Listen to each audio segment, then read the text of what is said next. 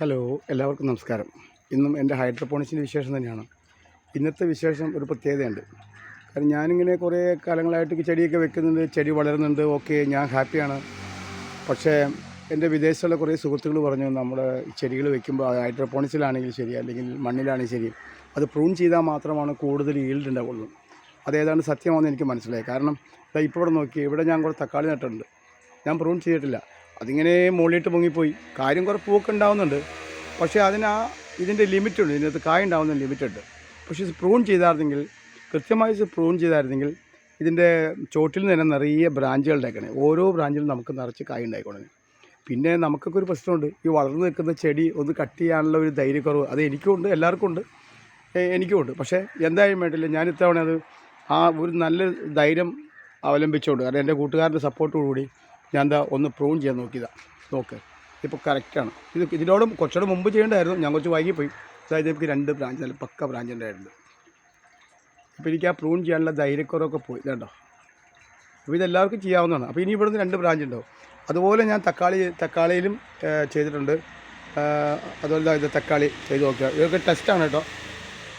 ഇതൊക്കെ ശരിക്കും പറഞ്ഞാൽ ഈ പ്രായത്തിന് മുമ്പ് ചെയ്യണം. അതായത് ചെടി നട്ട് ഒരു 6 ഇല കഴിയുമ്പോൾ പ്രൂൺ ചെയ്യണമെന്നാണ് ശാസ്ത്രീയമായിട്ട് അവർ പറഞ്ഞു തന്നത്.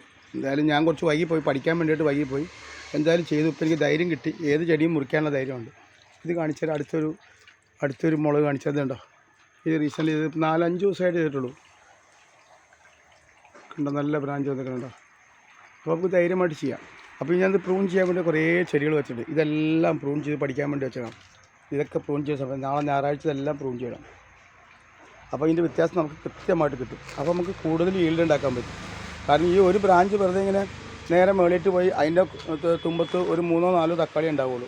അസുഖം നമ്മൾ പ്രൂൺ ചെയ്യുകയാണെങ്കിൽ നിറയെ തക്കാളി ഉണ്ടാവും.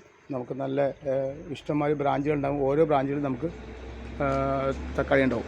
പിന്നെ മറ്റൊന്നുണ്ട്, എൻ്റെ NFT വെച്ച ക്യാപ്സിക്കം ഇതാ പൂ വിരിഞ്ഞിട്ടുണ്ട്. NFT വെച്ച ക്യാപ്സിക്കമാണ്, അതിൽ പൂ വിരിഞ്ഞിട്ടുണ്ട്. ഇത് തൽക്കാലം ഇത് പ്രൂണിങ്ങും ചെയ്യണില്ല, ഉള്ളതൊന്നും വിരിഞ്ഞ് കാണാൻ കൊതിയായിട്ട് പാടില്ല എന്ന് നോക്കാം. ഓക്കെ, അപ്പോൾ ഇതെല്ലാവർക്കും ചെയ്ത് നോക്കാവുന്ന, ഒട്ടും പേടിക്കേണ്ട കാര്യമില്ല. നല്ല ഉറപ്പായിട്ട് ചെയ്യാം. കുറച്ചുകൂടെ നേരത്തെ ചെയ്യണമായിരുന്നുള്ള പ്രശ്നം മാത്രമേ ഉള്ളൂ എനിക്ക്. ഇനിയിപ്പോൾ നല്ല ധൈര്യം കിട്ടിയിട്ടുണ്ട്. കണ്ടോ, ഇത് ഞാൻ പ്രൂൺ ചെയ്തതല്ല, ഞാനിതിലേക്ക് വെച്ചപ്പം തണ്ടൊന്ന് ഒടിഞ്ഞു പോയതാണ്. പക്ഷേ ഏതായാലും അതൊരു പ്രൂണിങ്ങിൻ്റെ ഫലം ചെയ്തു. ഇപ്പോൾ ഇതും നല്ല ബ്രാഞ്ചൊക്കെ കയറി വന്നിട്ടുണ്ട്.